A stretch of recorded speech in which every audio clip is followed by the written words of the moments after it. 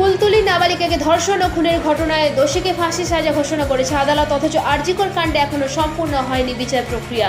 4 মাস হতে চললেও এখনো মেলেনি বিচার। এই পরিস্থিতিতে বিচার চেয়ে ফের পথে জুনিয়র ডাক্তাররা।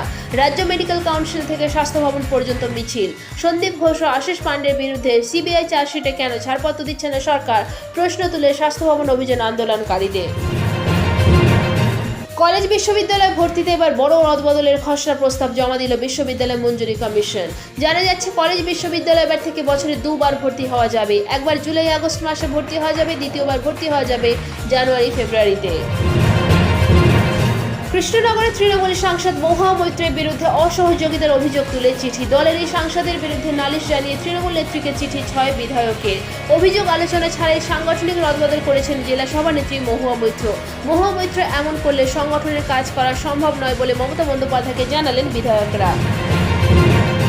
খাস কলকাতায় ভয়াবহ ডিজিটাল প্রতারণার শিকার। 12.5 লক্ষ টাকা প্রতারণার অভিযোগ বাগুইয়াটি দম্পতির। ফোন ও ভিডিও কল করে ভয় দেখিয়ে ফাঁদে ফেলে প্রতারণা।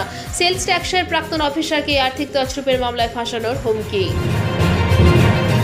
চিন্ময় কৃষ্ণ দাসের গ্রেপ্তারি নিয়ে বাংলাদেশে প্রশ্নের মুখে মোহাম্মদ ইউনূস। মোহাম্মদ ইউনূসের সামনে দাঁড়িয়ে এই সন্ন্যাসীর মুক্তির দাবিতে সরব বাংলাদেশের কবি। কেন গ্রেপ্তার করা হলো সন্ন্যাসীকে? মোহাম্মদ ইউনূসকে প্রশ্ন বাংলাদেশের বিশিষ্ট কবির। উচ্চ মাধ্যমিকে প্রশ্নফাঁস রুখতে করা সাংসদ। সে বারকোড কিউআর কোডে আস্থা বা পরীক্ষা কেন্দ্রে মেটাল ডিটেক্টর নয়। প্রশ্নপত্রের প্যাকেট এবার খোলা হবে পরীক্ষার্থীদের সামনে, জানালেন উচ্চশিক্ষা সংসদের চেয়ারম্যান চিরঞ্জিত ভট্টাচার্য।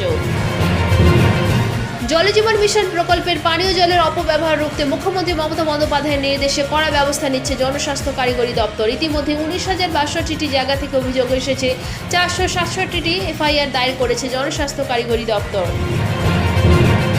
নিয়োগ দুর্নীতিতে ইডির মামলায় হাইকোর্টে জামিন পেলেন কালীঘাটের কাকু সুজয় কৃষ্ণ ভদ্র। জামিনের আবেদন মঞ্জুর করলেন বিচারপতি শুভ্রা ঘোষ। যদিও সিবিআই মামলায় হেফাজতে থাকা এখনই জেল মুক্তি হচ্ছে না সুজয় কৃষ্ণ ভদ্র। ছাত্রীকে কুপ্রস্তাবের অভিযোগে উত্তাল স্কটিশ চার্চ কলেজ। সাসপেন্ড নয়, চাকরি থেকে বহিষ্কার করতে হবে অভিযুক্ত অধ্যাপককে। প্রশ্ন তুলে কলেজ ক্যাম্পাসে বিক্ষোভ পড়ুয়াদের। আজকের আবহাওয়ার পূর্বাভাস। রাজ্য জুড়েই তাপমাত্রা নিম্নগামী। শীতের আমেজ শুরু। 2 থেকে 4 ডিগ্রি তাপমাত্রা নামতে পারে। উইকেন্ডে শীতের আমেজ। রবিবার থেকে ফের সামান্য তাপমাত্রা বাড়বে। 2 থেকে 3 ডিগ্রি তাপমাত্রা বাড়তে পারে। 15 ডিসেম্বর থেকে জাঁকিয়ে শীতের পূর্বাভাস দিয়েছে আলিপুর আবহাওয়া দপ্তর। এদিকে রবি এবং সোমবার বৃষ্টি হতে পারে দার্জিলিং, কালিম্পং, আলিপুরদুয়ার, কোচবিহার এবং জলপাইগুড়ি 5 জেলাতে। শীতল দিনের পরিস্থিতি তৈরি হতে পারে উত্তরের কোনো জেলায়। দক্ষিণবঙ্গে বৃষ্টির সম্ভাবনা রয়েছে।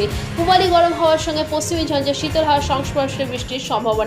শনি এবং রবিবার পশ্চিম বর্ধমান, পূর্ব বর্ধমান, ঝাড়গ্রাম, পশ্চিম মেদিনীপুর, বাঁকুড়া, পুরুলিয়া, বীরভূম, মুর্শিদাবাদ জেলায় হালকা বৃষ্টির সম্ভাবনা। শহর কলকাতায় পরিষ্কার আকাশ। আপেক্ষিক আর্দ্রতা কমার দিকে। দিনের পারদ সামান্য বাড়লেও রাতের পারদ নামলো। রাতের তাপমাত্রা 17.6 ডিগ্রি কমে 16.7 ডিগ্রি হয়েছে।